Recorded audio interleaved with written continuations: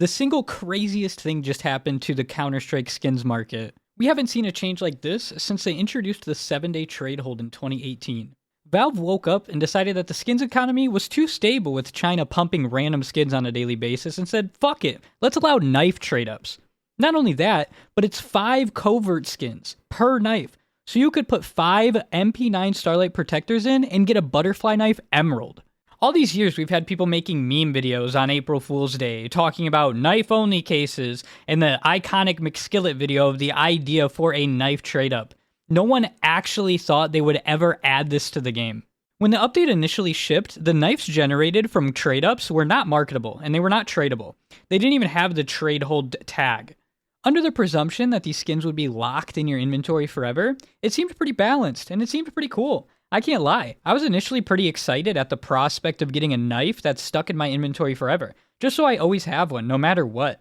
But 40 minutes after the update was released, another update came out making the knives gotten from trade-ups marketable as well as tradable. The entire skin economy is crumbling as I'm making this video. The cheapest red skin you can buy on the Steam market is $40. Karambit Dopplers are listed on CS Float for $1,200 less than they were just hours ago.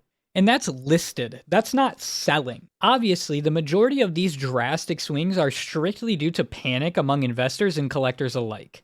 But it is very telling for just how big of a change this really is. In all honesty, from the perspective of Valve and also the average Counter-Strike player, this will be a good thing.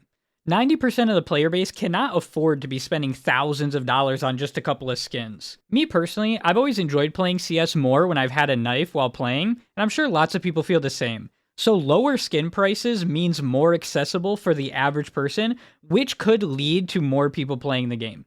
However, that's an extremely optimistic perspective. On the contrary, it is true that 90% of players can't afford the prices skins are, especially with how rapidly they have been rising recently. However, the same 10% that can afford the prices of the skin also own the overwhelming majority of skins that are available. Who in their right mind thought it was a good idea to completely annihilate literal billions of dollars of value from the pockets of people who bring you millions of dollars each month? Thank God I'm not currently holding any skins right now, but my heart really does go out to the people who just had a portion of their net worth nuked by Valve.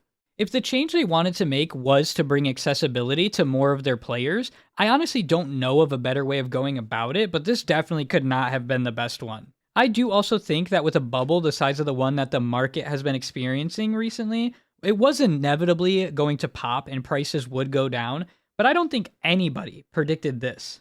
Unless there was some sort of insider information, which is why China has been pumping factory new red skins the last couple weeks because they knew this update was coming.